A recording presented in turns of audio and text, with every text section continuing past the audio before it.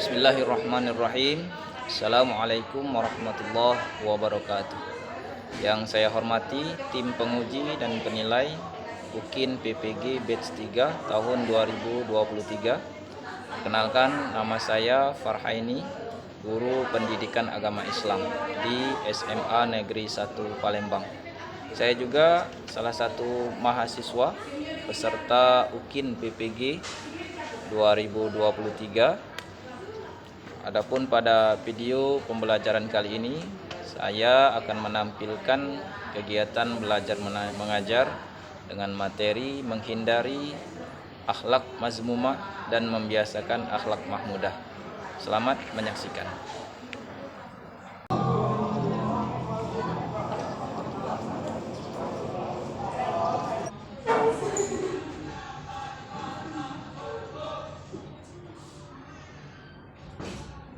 Assalamualaikum. Waalaikumsalam warahmatullahi wabarakatuh. Apa kabar semuanya? Alhamdulillah, sehat semua ya.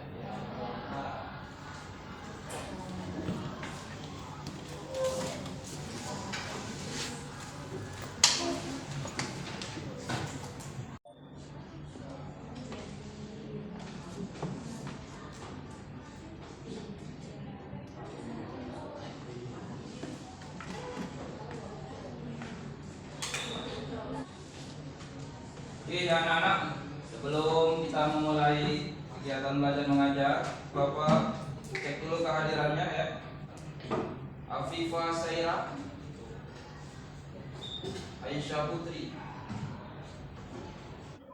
Andre Amriansyah, Aureli Kaila, Berliana Safira, Jiro Dafa, Kaila Aulia, Ila Akila.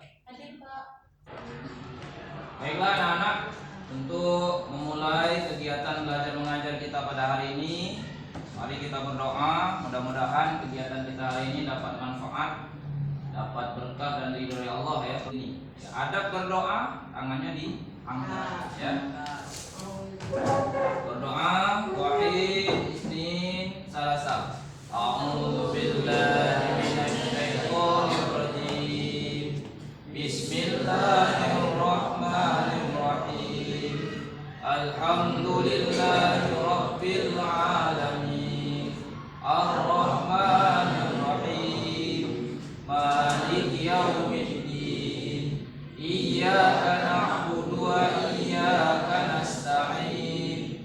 Ihdinas siratal mustaqim. Siratal ladzina an'amta 'alaihim ghairil maghdubi 'alaihim waladdallin. Amin. Rabbi shrah li sadri wa yassir li amri wahlul 'uqdatam min lisani yafqahu qawli.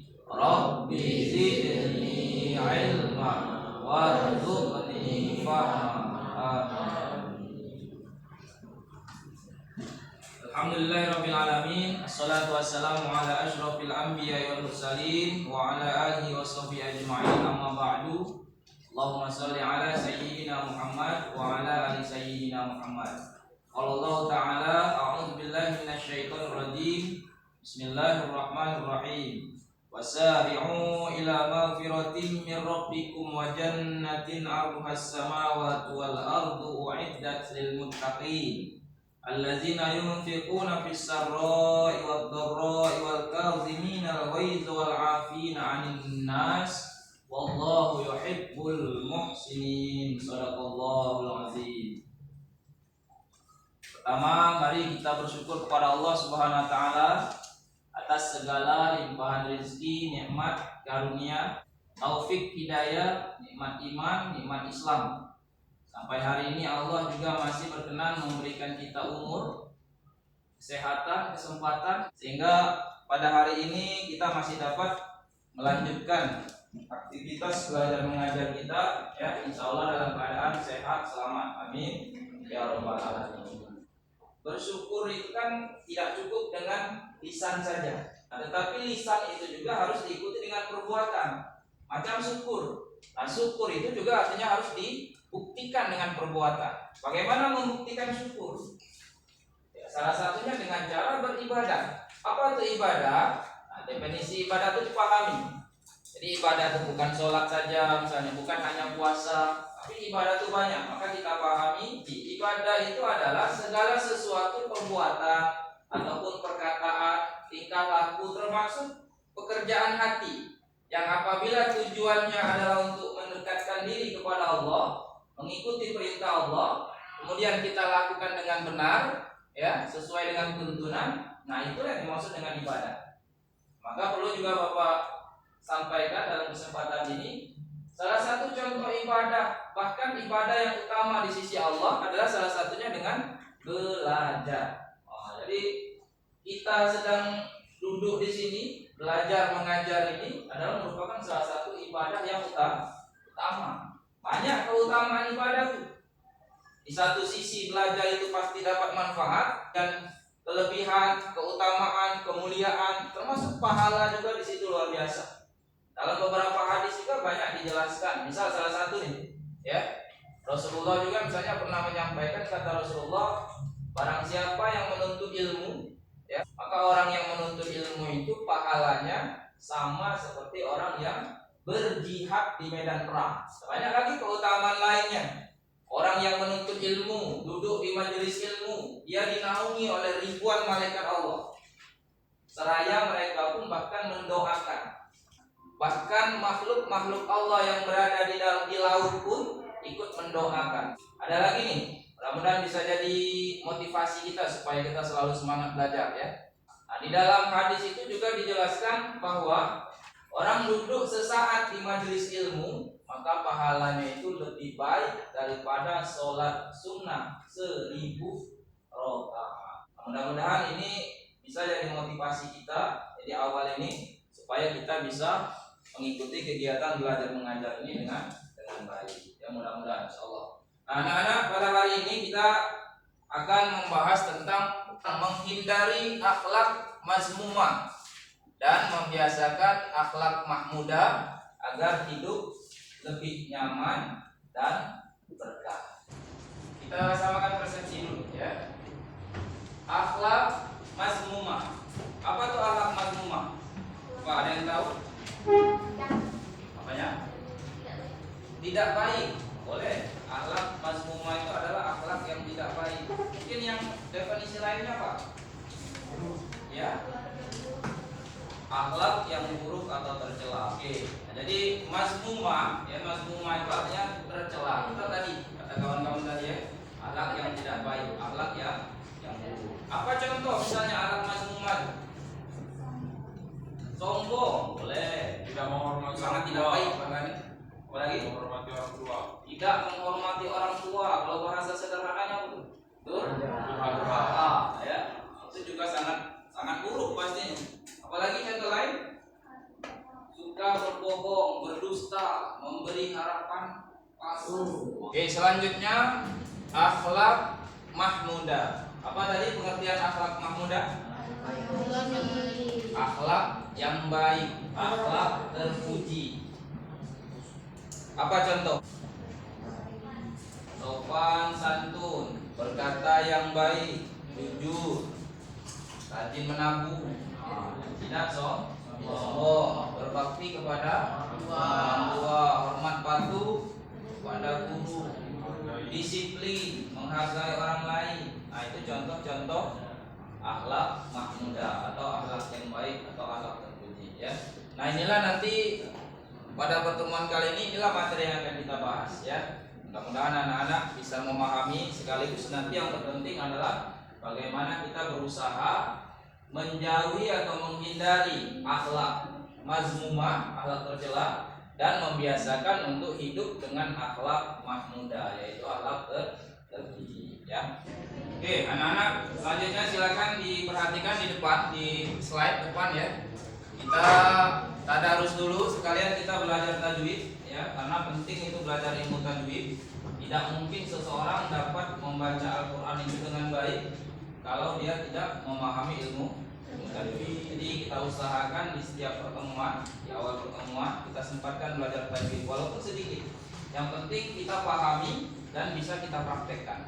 Nah, untuk ayat kali ini sesuai dengan materi kita, ya kita ambil Quran surah Ali Imran ayat 133 dan 134 ya.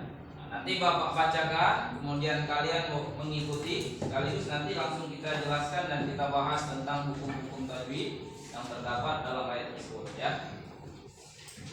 Coba ikuti ya. A'udzubillahi minasyaitonirrajim.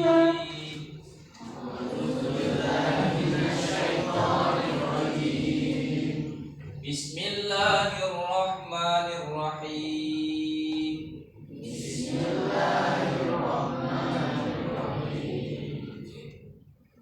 Wasari'u ila maghfiratin min rabbikum wa jannah.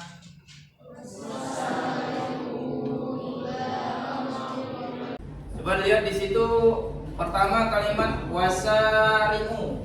Wasari'u, sa-nya itu dibaca panjang 2 harokat. Di situ ada huruf alif sebagai tanda panjang memanjangkan bacaan sa. Wasari'u. Apa hukumnya di situ? Ada yang ingat? Mad dobil. Nah, sekarang kita lanjut ke kalimat berikutnya. Misalnya di situ ada kalimat maghfiratim mir. Di situ kan ada maghfiratin. Maghfiratin itu kan tanwin, tapi setelahnya ada huruf mim. Maghfiratim mir. Jadi tanwinnya masuk kepada huruf mim yang ada di hadapannya. Apa nama hukum tajwidnya? Idgham bi gunnah. Coba siapa yang bisa definisikan apa tuh idgham bi gunnah?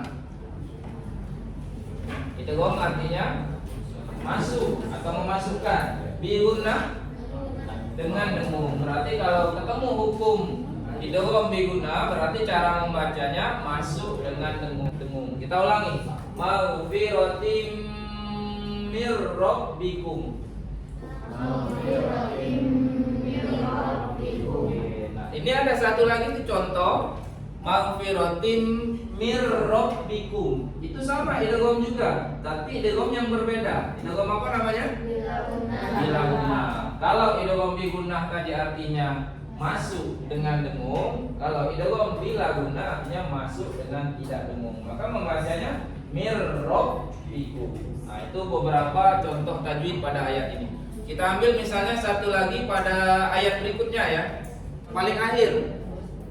Wallahu yuhibbul muhsinin. Ninnya itu kan dibaca panjang, minimal 2 harokat. Apa nama hukum tajwidnya? Ada yang ingat? Mad arid lis sukun ya. Mad arid lis sukun itu ya, kalau dia itu kan di akhir namanya. Jadi panjangnya itu boleh 2, boleh 4, bahkan sampai 6 harokat. Nah, kalau mad arid lis sukun itu banyak kita temukan misalnya di surah atau ayat yang biasa kita baca setiap hari, surah Al-Fatihah. Hampir seluruh akhir ayat surah Al-Fatihah mad arid lis sukun. Nah, jadi hati-hati kalau kita lagi praktek sholat, jangan buru-buru kita bacanya. Ada orang tuh kadang-kadang sholat Bismillahirrahmanirrahim, Bismillahirrahmanirrahim, Ar-Rahmanirrahim. Nah, itu sudah keliru di situ. Karena ujung ayatnya itu mad arid lis sukun, minimal harus 2 harokat. Bacalah yang santai. Bismillahirrahmanirrahim. Minimal kan? Alhamdulillahirabbil alamin. Ar-Rahmanirrahim.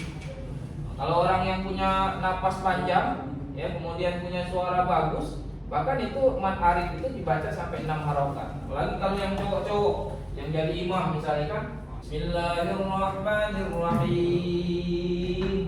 Nah, seperti itu dilakukan. Jadi sholatnya itu enak, bisa menghantarkan kepada kehusukan. Alhamdulillahirabbil alamin. Ar-Rahmanirrahim. Nah, seperti itu ya. Jadi itu perlu diingat, dipahami mad arid li sukun. Ya, itu beberapa hukum tajwid yang terdapat dalam Quran surah Ali Imran ayat 133 dan 134. Sekarang coba kita ulangi bersama-sama bacaan ayatnya. Setelah Bapak bacakan silakan kalian ulangi. Dikeluarkan suaranya. Ya, karena luar biasa tuh. Baca Al-Qur'an itu kan pahalanya banyak sekali. Dalam hadis saja Nabi mengatakan siapa yang membaca satu huruf dari Al-Qur'an itu maka dia mendapat kebaikan. Sedangkan setiap kebaikan itu mendapat 10 kali lipat. Dipertegas oleh Rasulullah, aku tidak mengatakan alif lam mim satu huruf, tetapi alif satu huruf, lam satu huruf, mim satu huruf. Jadi kalau kita baca alif lam mim sudah 3 huruf. Jadi kalau mau hitung-hitungan sudah dapat 30 pahala di situ. Lagi kalau baca surah Al-Fatihah, Bismillah saja terdiri dari 19 huruf.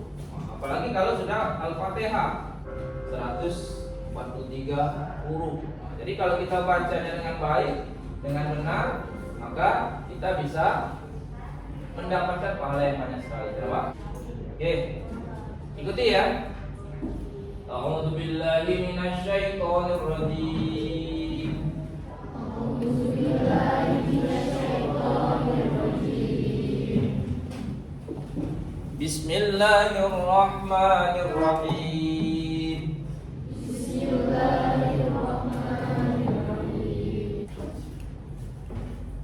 Wasari'u ila maghfiratin min rabbikum wa jannatin 'arduhas samawati wal ardu u'iddat lil muttaqin. 1 2 3.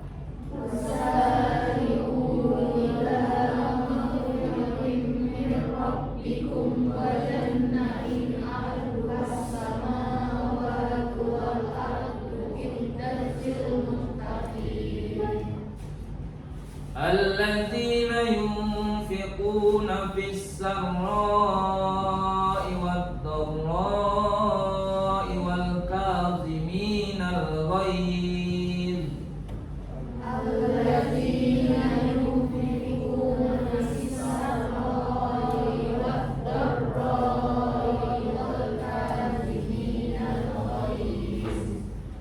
والكاظمين الغيظ والعافين عن الناس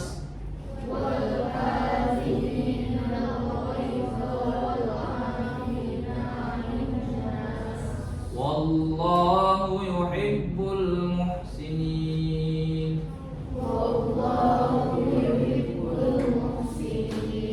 Kita ulang ayat terakhir. Alladzina yunfiquna fis sarra'i wad dharra'i wal kazimina al ghaiza wal 'afina 'anil nas.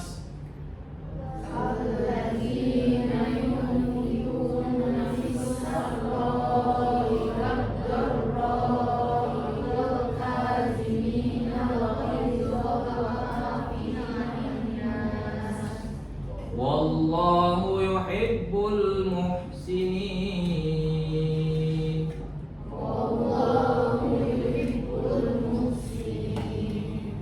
Nah, oke, coba Siti Zulaikha, coba tolong dibacakan Quran surah Ali Imran ayat 133 dan 134. Silakan. Yang lain disimak ya, sekalian kita sama-sama belajar. Oke, silakan. A'udzu billahi minasyaitonir rajim. Bismillahirrahmanirrahim. Wasari'u ila maghfiratin min rabbikum wa jannatin 'arduhas samawati wal ardu u'iddat lil muttaqin. Alladzina yunfiquna fis sarra'i wad dharra'i wal kazimina al ghaiza wal 'afina 'anil nas. Wallahu yuhibbul muhsinin. Shadaqallahul azim. Oke, terima kasih. Coba sekarang yang putra ya. Yang putra coba Bapak minta Abdul Razik coba. Oke, silakan.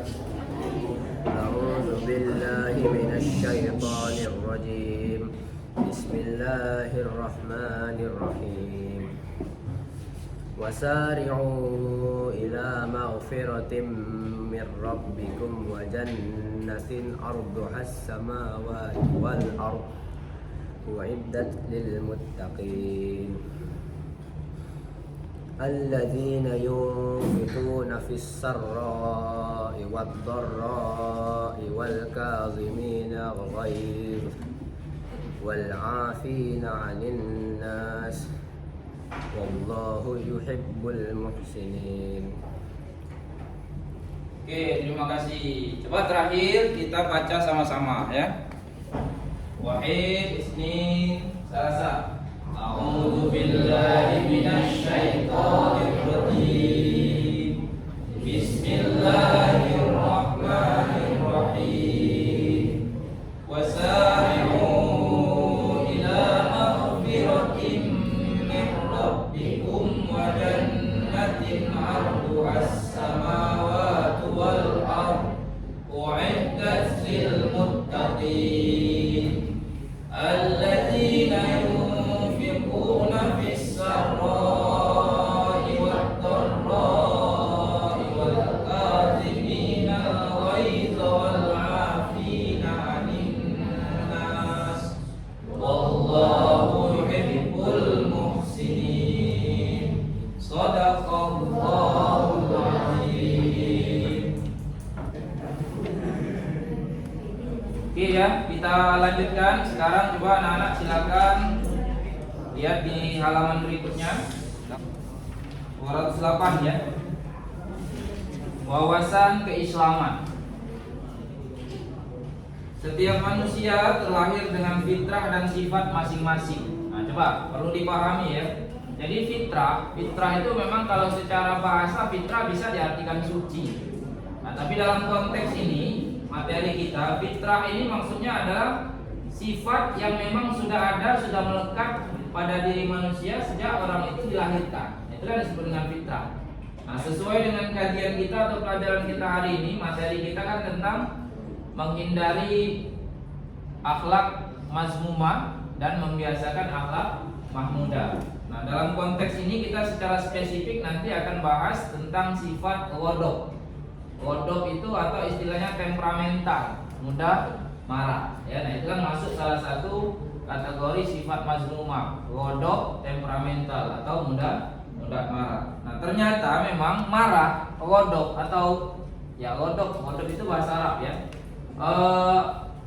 Sejak dilahirkan, memang manusia itu oleh Allah sudah dilengkapi dengan segala sifat. Salah satunya sifat ghadab, sifat marah. Nah, tetapi kemudian tujuan kita belajar ini bukan berarti lantas karena misalnya marah ini adalah sifat bawaan, seolah-olah kita boleh marah, bukan seperti itu juga. Tapi maksudnya bagaimana setelah kita memahami bahwa marah itu adalah salah satu sifat fitrah manusia, tetapi kita sebagai manusia harus pandai mengendalikan marah itu supaya kita tidak terjerumus ke dalam kemarahan, ke dalam emosi. Ya. Poin yang nomor A, menghindarkan diri dari sifat temperamental atau ghadab. 1. Definisi sifat temperamental atau ghadab. Ghadab secara bahasa ghadab itu berasal dari bahasa Arab ghadiba yaghdabu ghadaban, ya, yang artinya marah. Diterjemahkan di dalam bahasa Indonesia, ghadab itu disamakan dengan istilah temperamental. Apa itu temperamental? Temperamental itu adalah suatu sikap di mana seseorang itu mudah sekali dia marah. Tadi kan Bapak jelaskan, kalau marah itu memang sifat bawaan manusia. Nah, tetapi kalau dia sudah sifatnya itu mudah marah, itu bukan lagi fitrah, tetapi sesuatu yang sudah tidak terkendali lagi. Nah, temperamental ini berarti cenderung kepada sifat yang negatif atau masuk kategori sifat mazmumah itu tadi, ya. Nah, sedangkan dalam realita kehidupan kita sehari-hari, manusia kalau dia tidak bisa mengendalikan marah, maka maka pasti akan terjadi kerugian, baik untuk dirinya sendiri ataupun untuk orang lain. Ya, makanya dalam materi ini kita berusaha memahami ghadab itu atau temperamental itu supaya jangan sampai kita menjadi orang yang mudah marah salah satunya. Karena ya tidak ada untungnya kalau kita sedikit-sedikit marah misalnya. Nah, maka kita belajar mengendalikan marah tersebut. Adapun lawan kata dari sifat ghadab adalah ridho. Ridho itu yaitu maksudnya menerima dengan senang hati, ya. Atau ditambahkan di situ misalnya al-hilm. Al-hilm itu artinya murah hati, lembut hati, penyayang. Nah, itu al-hilm. Pak mau kasih contoh misalnya dalam kehidupan sehari-hari antara temperamental ghadab dengan ridho, ya. Temperamental tadi kan orang yang mudah marah. Contohnya misalnya begini, yang mudah marah itu begitu misalnya sebut saja ada orang bercanda memanggilnya dengan panggilan yang mungkin tidak menyenangkan lah bagi dia, tetapi dia mudah sekali tersinggung. Ya, dipanggil misalnya, hey pesek misalnya kan, nah, dia langsung tersinggung. Kemudian karena tersinggung dan dia temperamental, maka dia langsung marah. Nah, orang temperamental mudah marah itu tidak jarang juga kemudian spontan dia akan membalas itu bahkan bisa jadi lebih parah dari apa yang dilakukan orang terhadap dia. Ya, misalnya tadi ada yang manggilnya hey jelek misalnya kan biasa terjadi dalam kehidupan sehari-hari. Ada orang yang suka membuli misalnya kan, ada orang yang suka menghina, mencela, panggilnya hey jelek. Nah, orang yang temperamental itu akan langsung merespon. Kalau bahasa Palembang, kau tuh nah jelek, kecil hitam, ya. Biasanya berbeda di situ. Nah, kita ini berusaha belajar untuk lebih bisa mengendalikan diri, kontrol diri terkhusus masalah marah tadi atau ghadab tadi. Nah, maka lawan dari kata ghadab itu adalah ridho atau al-hilm, lembut. Jadi ridho itu menerima, sedangkan hilm itu maksudnya dengan lemah lembut. Mana misalnya cara kita menyikapi ada orang yang memanggil kita dengan panggilan yang tidak kita senangi tadi, ya? Bagaimana kita berusaha menjadi sifat ridho tadi? Kan misalnya ada orang memanggil kita, hey jelek, jangan langsung kita respon dengan cara yang buruk. Kalau secara hakikat misalnya begini, nah, ini bolehlah kita jadikan ilmu, ya, supaya kita tidak mudah terpengaruh, supaya kita tidak mudah marah. Yakinlah bahwa segala sesuatu yang terjadi di alam semesta ini itu semua terjadi atas izin Allah. Ya, kalau Allah tidak mengizinkan maka tidak terjadi. Nah, makanya kita langsung realitakan saja dalam prakteknya. Ketika ada orang memanggil kita, hey jelek misalnya, langsung kita, oh dia itu bisa mengatakan saya jelek ya, karena dia itu diizinkan oleh Allah. Ya, dia dihidupkan oleh Allah. Coba kalau dia mati, maka dia tidak bisa berbicara. Ambil positifnya saja. Oh, berarti hari ini Allah pengen menguji kesabaranku. Wah, seperti itu ya. Menguji kesabaranku melalui orang itu. Orang itu mengatakan saya jelek, maka saya diuji saat ini apakah saya sabar atau tidak. Nah, kalau kita praktekkan seperti itu, insya Allah tenang hidup kita. Tidak mudah kita terpengaruh. Tapi tadi sebaliknya, nah, ya, kalau kita temperamental, mudah sekali terpancing emosi, marah, maka kadang-kadang orang misalnya sebut saja hanya bercanda katakanlah, tapi mungkin candaan itu tidak kita senangi. Contohnya tadi misalnya dia katakan hey jelek, langsung kita terbawa perasaan, tersinggung, marah, bahkan dendam. Saking dendamnya terngiang-ngiang di telinga kita. Mau pulang sekolah sepanjang jalan pulang itu jelek. Sampai ke rumah, waktu nak makan, makanan ini padahal enak tuh, ya. Ayam, ayam bakar, pas nak makan tadi terngiang-ngiang pula, jelek, langsung hilang selera makan. Akhirnya susah tidur, ya, karena dendam. Dipikirkan, selalu diingat-ingat karena mudah tersinggung tadi, ya. Sampai-sampai bisa jadi sudah tertidur tuh terbawa mimpi. Jelek. Teriak ya, aku tidak jelek, katanya kan. Bangun kalau sisi rumah. Ya. Nah, ini artinya begini, kalau kita mempunyai sifat temperamental itu memang yang rugi justru diri kita sendiri memang. Makanya kita belajar untuk bagaimana mengendalikan diri ini bersifat ridho, ya, menerima atau al-hilm, ya, dengan lemah lembut, ya. An Abi Hurairah radhiyallahu anhu anna Rasulullah sallallahu alaihi wasallam qala laisa syadidu bisur'ah innama syadidul ladzi yamliku nafsahu indal ghadab. Muttafaqun alaih. Artinya dari Abu Hurairah radhiyallahu an bahwa Rasulullah sallallahu alaihi wasallam bersabda, orang yang kuat bukanlah orang yang menang berkelahi, namun orang kuat adalah orang yang mampu menguasai dirinya ketika ia sedang marah. Oke, selanjutnya penyebab sifat temperamental. Nah, dalam hal ini dikatakan penyebab temperamental itu ada dua faktor. Yang pertama bisa jadi karena faktor fisik, yang kedua bisa juga karena faktor psikis. Nah, kita bahas satu-satu. Yang pertama faktor fisik atau istilahnya jasmania, ya. Bukan oleh faktor fisik. Yang pertama bisa jadi karena kelelahan yang berlebihan. Pak kasih contoh nih, misal anak-anak kan misalnya dari sekolah itu kan pulang jam 3 sore kan, sampai rumah jam 3.30.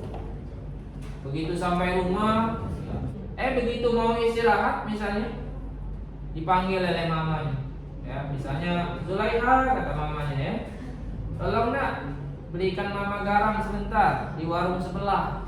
Karena ini lagi capek langsung berontak Zulaiha. Mama ini nggak tahu gua lagi capek apa. Ya bahasa marah karena bawaan capek tadi, bawaan lelah tadi. Nah, di sini perlu Bapak jelaskan. Ini kan faktor maksud Bapak, tapi jangan sampai faktor ini dijadikan alasan seolah-olah kalau capek kita boleh marah. Tidak seperti itu. Karena sifat marah itu ya sebenarnya kembali kepada sikap kita masing-masing. Orang kalau dia sudah terbiasa mengontrol dirinya, ya, mengontrol marahnya, secapek apapun dia juga bisa mengendalikan diri. Kemudian penyebab dari faktor fisik yang lainnya, yang kedua misalnya bisa jadi karena kekurangan zat tertentu. Ya, misalnya apa? Lihat di situ penjelasannya. Kurangnya zat-zat tertentu dalam otak, misalnya kekurangan zat asam, maka otot-otot akan menjadi tegang, sistem pencernaan terganggu, bahkan terjadi reaksi kimia pada otak, sehingga mudah terbawa perasaan dan cepat tersinggung. Nah, yang ketiga bisa juga dipengaruhi karena reaksi hormon kelamin. Hormon kelamin pun dapat menjadi penyebab seseorang menjadi mudah marah dan sensitif. Misalnya seseorang yang sedang mendekati siklus haid. Oke, selanjutnya faktor psikis. Faktor psikis ini misal salah satu penyebabnya karena ujub. Apa tuh ujub? Ujub itu bangga terhadap diri sendiri, ya. Ini penyakit hati nih. Contoh ujub itu misalnya begini ya. Misalnya dalam satu musyawarah. Nah, orang ujub itu selalu dia pengen pendapatnya yang selalu didengar. Kalau pendapat idenya itu tidak dipakai, dia tersinggung. Kemudian dia marah. Nah, kemudian orang ujub itu dia senang dipuji biasanya. Senang dipuji. Tapi kalau idenya tidak dipakai, dia tersinggung, langsung marah. Nah, hindari. Kalau kita ada sifat seperti itu, segeralah buang jauh-jauh, ya. Karena itu salah satu sifat mazmumah, ya. Yang berikutnya penyebab atau faktor psikis yang bisa mendatangkan temperamental atau marah, yaitu perdebatan. Nah, perdebatan ini juga bahkan Rasulullah sendiri sangat menghindari yang namanya perdebatan. Karena kalau orang sudah berdebat, ya pasti akan menggunakan bahasa-bahasa yang kasar biasanya, ya. Tidak mungkin orang akan berdebat dengan bahasa yang lembut, selalu dengan kata yang kasar. Makanya Islam sendiri menganjurkan kepada kita, ya bukan dengan berdebat, tetapi dengan cara diskusi atau istilahnya musyawarah. Dalam Al-Quran itu banyak ayat-ayat, dalil-dalil yang memerintahkan kita untuk bermusyawarah, ya. Nah, kemudian yang ketiga, senda gurau yang berlebihan. Bercanda itu boleh, tetapi kalau bercandanya sudah berlebihan, inilah yang akan menyebabkan orang marah. Selanjutnya di halaman 212, ucapan yang keji dan tidak sopan. Ini juga bisa memancing marah, membuat orang temperamen. Pak kasih contoh nih misal. Ya, contoh ucapan yang keji itu tadi, bulian misalnya kan, Tadi ada yang manggil, hei jelek, itu perkataan yang keji, maka hindari. Alangkah baiknya kita ini sebelum berkata, sebelum berbuat itu coba pikirkan dulu bagaimana kalau seandainya orang yang berkata buruk dengan kita, pasti tidak enak. Nah, kita pun juga harus memikirkan itu. Oh, bagaimana kalau saya dikatai orang lain, hei jelek, pasti saya tersinggung. Maka artinya kita pun jangan sampai menyakiti hati orang lain dengan perkataan kita. Kemudian juga perkataan yang tidak sopan. Ini yang bahasa yang lagi tren sekarang apa tuh? Ada orang nanya misalnya kan, "Nak, jam berapa sekarang?" misalnya. Dijawab, "Kamu nanya." Misalnya kan. Apakah itu sopan ya seperti itu? Kan tidak. Ya, kelihatannya main-main, tetapi dari segi adab ternyata kurang sopan. Orang jangankan dengan orang yang lebih tua, dengan guru misalnya. Dengan sesama teman sebaya saja itu tidak sopan. Nah, maka hindari perkataan yang keji dan perbuatan yang tidak sopan. Yang kelima, sikap permusuhan kepada orang lain, ya. Nah, kalau di dalam diri kita, dalam hati kita ada benih-benih kebencian, ada benih-benih permusuhan, maka sebaiknya dihilangkan, ya. Karena orang yang dalam dirinya penuhi dengan permusuhan, kebencian terhadap orang lain, pasti hidupnya tidak tenang. Di mana-mana dia akan merasa sulit, ya. Nah, sebaliknya kalau di mana-mana kita punya teman, punya sahabat, maka kita jadi mudah. Dimanapun kita akan diterima oleh orang lain. Ya. Oke, jadi mungkin untuk hari ini Pak rasa cukup materinya ya.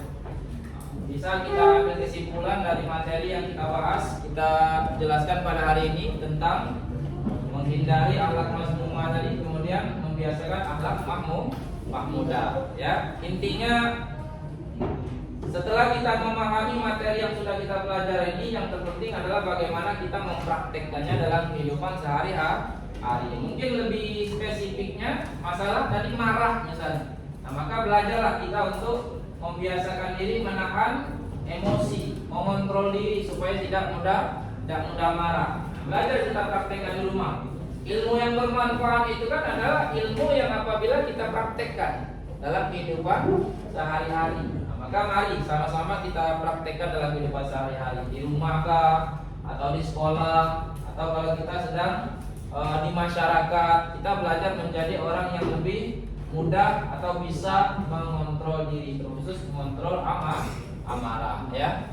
Nah, untuk tugas nih ya, tugas pertama nanti silakan anak-anak hafalkan Quran surah Ali Imran ayat 133 sampai 134. Insyaallah nanti di pertemuan yang akan datang ya, kalau tidak ada halangan langsung Bapak ambil nilai nanti. Bapak panggil satu-satu dan Bapak pengen simak bacaan Al-Qur'annya ya. Baca sesuai dengan apa yang sudah kita pelajari tadi, terapkan ilmu tajwidnya. Ya, jadi dihafalkan. Sampai di situ ada pertanyaan? Silakan. Sebelum kita tutup, kalau memang ada pertanyaan silakan. Ya. Ya, dihafalkan. Jadi keuntungan kita hafal itu banyak. Kenapa? Kalau hafal bisa nanti misalnya kita praktekkan dalam sholat. Ya. Jadi kalau dalam sholat itu juga tidak mesti misalnya baca satu surah, satu ayat saja kan bisa. Maka hafal 2 ayat itu bisa kita baca. Misalnya rakaat pertama ayat 133, pas rakaat keduanya lanjut 134 ya. Oke, tidak ada ya. Oke, baiklah, kalau memang tidak ada pertanyaan, kita cukupkan pembelajaran hari ini. Seperti biasa kita tutup dengan doa ya. Mudah-mudahan pembelajaran atau kegiatan belajar mengajar kita pada hari ya dapat manfaat, ilmu yang bermanfaat, kemudian bisa kita terapkan dalam kehidupan sehari-hari insyaallah ya.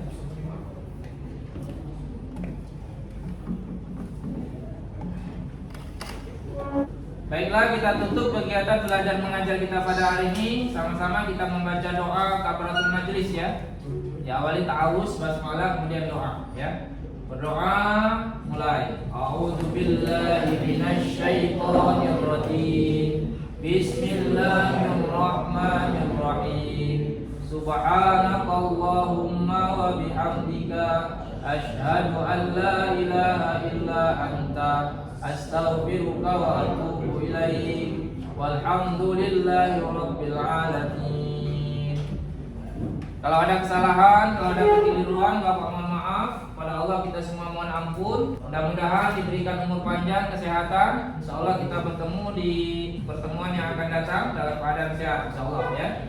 Wa akhiri wabillahi taufik wal hidayah. Wassalamualaikum warahmatullahi wabarakatuh. Waalaikumsalam.